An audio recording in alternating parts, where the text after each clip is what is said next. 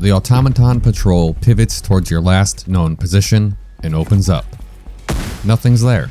You moved 4 seconds ago, and the rounds are chewing through empty dirt and air because the group is firing at a memory.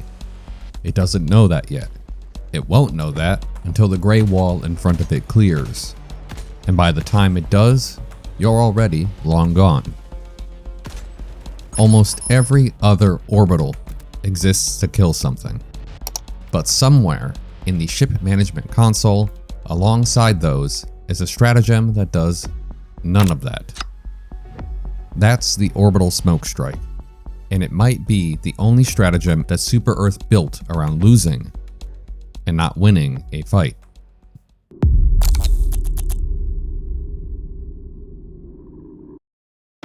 Unfortunately, in the grand theater of war, there are just some fights that you're not supposed to have. Yet, a terminal you need 30 uninterrupted seconds to hack, a wounded teammate you need to reach without 3 devastators putting rounds through you on the way, an extraction shuttle that's still 90 seconds out while a bot drop gets just a little too close for comfort. The Orbital Smoke Strike solves those problems by giving you 30 seconds of precious cover.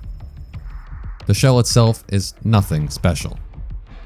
5 kilograms, 400 meters per second out of the bridge cannons, same base ballistics as half the orbital lineup. The Smoke Strike scatters 6 projectiles across a 15-meter radius. Each one lands with anti-tank 3 penetration on a direct hit. Demolition force of 50 means that a shell that happens to land square on a bug hole, an automaton fabricator, a stratagem jammer, or an unshielded grounded warp ship will drop it. The key phrase is happens to. 6 shells across 15 meters is not a reliable way to snipe a structure. If you want smoke and you get a dead fabricator as a bonus, take the win, but don't go planning your mission around it. What you're actually calling this in for is the cloud. Thick, opaque, and hanging for a full 30 seconds. Long enough to reposition, hack a terminal, reload something heavy, or just breathe. Each shell carries a canister of phosphorus fabric wedges rather than a raw explosive fill. Packing bulk phosphorus directly against a bursting charge is a good way to set off the entire payload in one flash. So the charge's only job is separation. Once the wedges hit open air, each one reacts with the atmosphere on contact and burns on its own. The burning phosphorus produces hygroscopic phosphorus pentoxide, pulling water vapor directly from the air and turning it into a fine suspended mist. That's the gray cloud you're standing in. New vapor simply keeps arriving faster than the old vapor can clear, at least for 30 seconds. Whether anyone in command has ever looked closely at what that phosphoric mist does to lung tissue during a 30-second exposure is not stated in the requisition form. After all, you're supposed to have your helmets.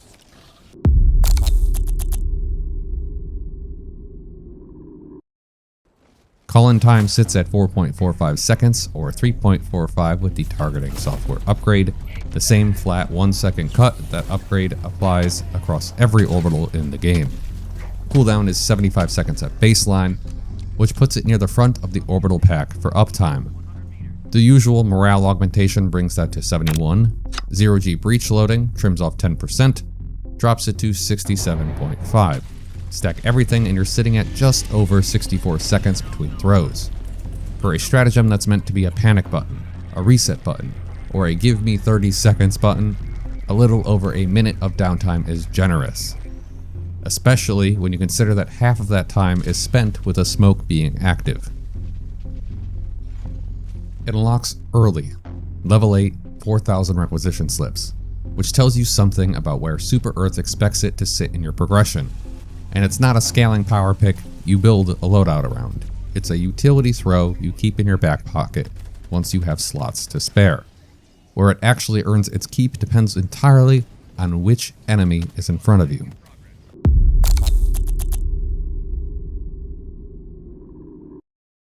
Against the automatons, this is close to the best version of the Smoke Strike you'll ever get. Bots hunt and shoot by sight. Devastators, hulks, turret emplacements on a fortified base, every one of them needs a clean line of sight to your position before they can put rounds, rockets, or a flamethrower stream on you. Drop the cloud between you and the firing line, and that entire kill zone goes blind. If they're shooting already, they'll still shoot. Automatons have a habit of hosing down your last known coordinates out of pure determination, but they're shooting at where you were, not where you are. Push through a smoke-covered gap towards a fabricator, hack a terminal under the bot patrol's nose, or just buy your squad the 10 seconds it needs to reposition around a cannon turret's blind spot. This is the faction the stratagem was built for. Against the Terminids, the picture is a lot less flattering. Bugs don't really need to see you the way bots do. Hunters and warriors track scent and vibration as easily as they track a target standing in the open. And smoke does nothing to a charger that's already plowing ahead at full speed. What the cloud will do is reduce aggro rather than active pursuit for anything that hasn't targeted you yet. It's useful for slipping past a patrol rather than fighting through it. They might know you're in the area, but they won't come charging straight at you. And legitimately good for masking a reinforcement call or an extraction pickup where you need 30 seconds of "they don't quite know where I am." It will also block line of sight for a few ranged enemies in the Terminid army, bile spewers, bile spitters, and the like. It can be useful in situations like bug breaches where you're just trying to get away. Throw a smoke over the hole before the wave commits, and you can buy an extra few seconds you need to fall back to higher ground, even if it won't touch anything already running at you. Against the Illuminate, the smoke strike lands somewhere in the middle. Voltless and flesh mobs rush the same way Terminids do, closing distance on your last position regardless of what's in front of them. And smoke does not slow that down, but overseers and harvesters fight at range with weapons that need a target lock, and that lock breaks the instant you're standing behind that wall of gray. A harvester mid-beam charge suddenly can't see you is a harvester that just wasted its cooldown on nothing. Use the cloud to cut the engagement down to just the enemies willing to walk into melee range and handle those on your own terms.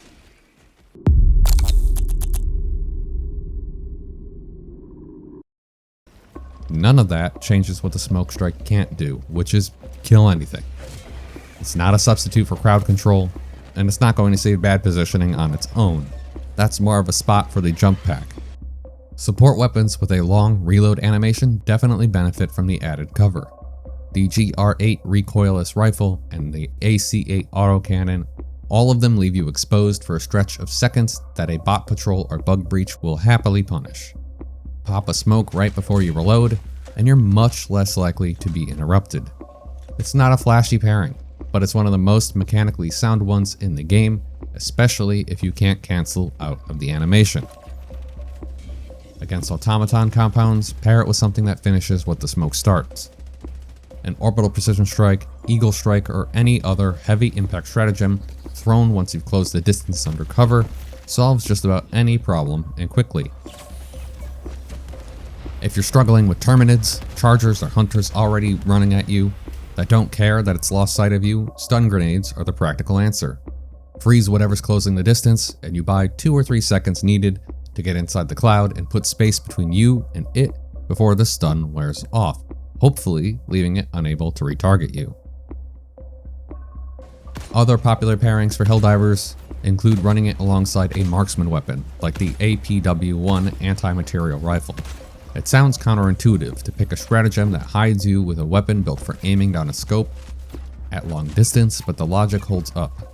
An overseer or a devastator that loses its lock in the cloud doesn't just stop. It just keeps shooting back for a few seconds while it waits for the target to reappear. And that's exactly the window a slow, hard-hitting, single-shot weapon wants, where you know where they are, but they don't know where you are.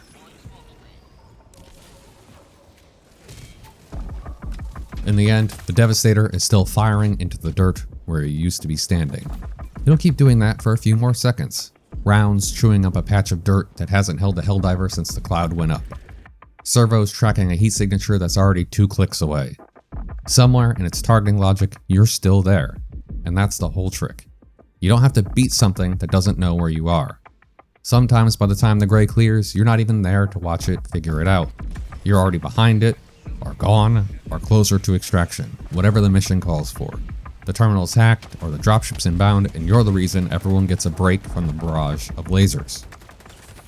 Super Earth didn't build the Smoke Strike to win anything.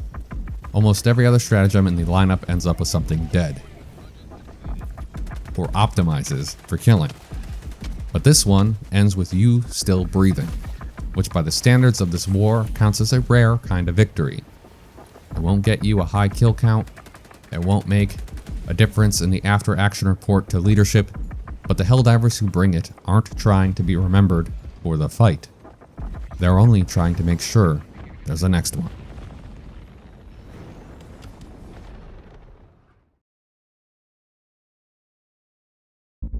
Thank you all so much for watching. I appreciate the continued support. Hope you enjoyed the smoke. I know a lot of you have opinions and things you would recommend for the Smoke Strike. Definitely leave them down in the comments so other people can browse them. You know, I tried doing my best to cover all of the most obvious situations where the Smoke Strike is useful, but by no means am I an expert on it. It's something I've never even used until I tried making this video, so it's not like I have dozens of hours of experience with it. If you want to support the channel, the best way is to hit that like button, subscribe, leave a comment. Any kind of engagement helps YouTube know that you've enjoyed this video and that you want to see more of it. And hopefully I'm back and making more. There's only one more orbital stratagem after this, and that is the laser. So look forward to that one, and then after that, I've got a little present. For now though, I think that's it. I'll see you next time.